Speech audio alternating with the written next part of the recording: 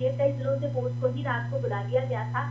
तो काफी महत्वपूर्ण मोड़ ले चुकी है ये पूरी घटना। और साथ ही साथ यहाँ पर कई सवाल जो है वो अब प्रशासन पर खड़े हो रहे हैं, क्योंकि ज्योति अगर देखा जाए तो कुछ ही वक्त पहले लगभग 3 दिनों पहले एडी ने खुद एक प्रेस कॉन्फ्रेंस की थी और ज्योति इसमें खुद उन्होंने कहा था कि अतीक और अशरफ की जान का खतरा है। और यहाँ सबसे बड़ा सवाल यही उठता है ज्योति कि जब खुद प्रेस कॉन्फ्रेंस में उन्होंने इस बात को माना कि उनकी जान का खतरा है, तो उसके बाद पुलिस प्रशासन मुस्तैद क्यों नहीं, क्यों पुलिस व्यवस्था को और ज्यादा चाक चौबंद नहीं किया गया। कई सवाल यहाँ पर खड़े हो रहे हैं। जिस तरह से ये सामने आया ज्योति कि जो वो 3 लोग थे जिन्होंने इस घटना को अंजाम दिया है, वो होटल में रुके हुए थे पिछले 2 दिनों से।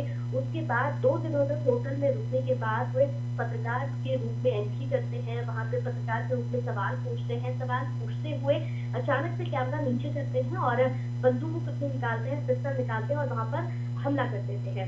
सवाल कई सारे उठ रहे हैं। इन सवालों पर लगातार ओमकार न्यूज़ अपनी नजर बनाए हुए है ज्योति कि आखिर इस पूरे हत्या, इस पूरे घटना को किस तरह से अंजाम दिया गया।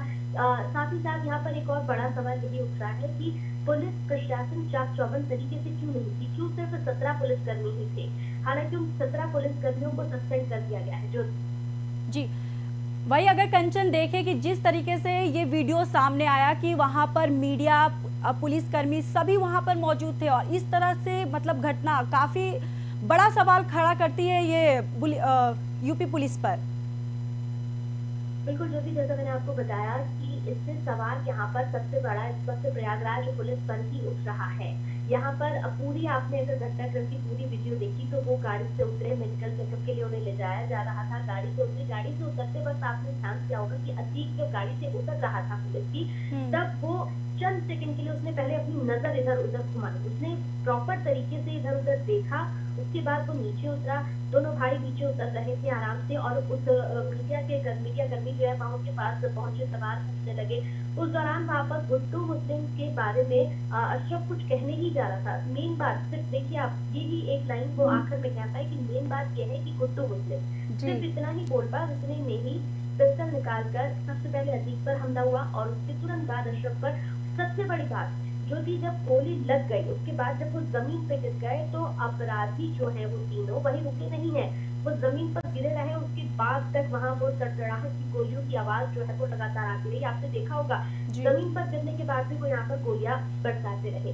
बिल्कुल सही, मतलब इससे पूरे हत्या हुए तो पूरे प्रकरण को ये नहीं कहेंगे कि ये सही नहीं हुआ, क्योंकि जो जैसा करता है वो वैसा पाता है, ये बिल्कुल हकीकत है। लेकिन अगर लॉ एंड ऑर्डर का ही हम ख्याल न रखें तो वाकई यहाँ पर सवाल उठते हैं। पुलिस प्रशासन पर सबसे बड़ा सवाल ये उठता है कि अगर इस तरह से मीडिया कर्मियों के सामने पुलिस प्रशासन पूरा वहां पर है और पूरा अमला वहां पर है, उसके सामने अगर अपराधी इस तरह से बेखौफ होकर घुसे और उन्होंने यहाँ पर तड़तड़ाहट गोलियों की शुरू कर दी, तो इससे आम आदमी अपने आप को कितना सुरक्षित महसूस करे।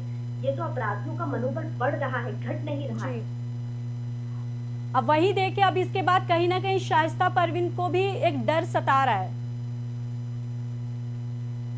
बिल्कुल, ये भी देखने वाली बात होगी कि वो यहाँ पर पहुंचती है या नहीं पहुंचती है। लगातार हम भी नजर बनाए हुए हैं, हमारे रिपोर्टर्स इस पर नजर बनाए हुए हैं क्योंकि कि शाइस्ता परवीन कब तक वहां पर पहुंची है, वो आएंगी नहीं आएंगी, ये भी एक बहुत बड़ा सवाल इस वक्त सेंटर में बना हुआ है। क्योंकि अगर देखा जाए ज्योति तो असद के यहाँ पर जब असद को दफनाया जा रहा था तब भी कई तरह के प्रयास लगाए जा रहे थे कि शाइस्ता माँ है वो जरूर पहुंचेगी, किसी भी हालात में पहुंचेगी, लेकिन शाइस्ता नहीं आई। और ऐसे में अब पति जो कि अतीक की हत्या हो चुकी है, इसके बाद भी यही प्रयास लगाया जा रहा है कि शाइस्ता परवीन जरूर पहुंचेगी। तो लगातार इस पर भी हम नजर बनाए हुए हैं, पल पल हम आपको अपडेट देते रहेंगे इस पर। जी कंचन, बहुत बहुत धन्यवाद सारी जानकारी हमारे साथ साझा करने के लिए।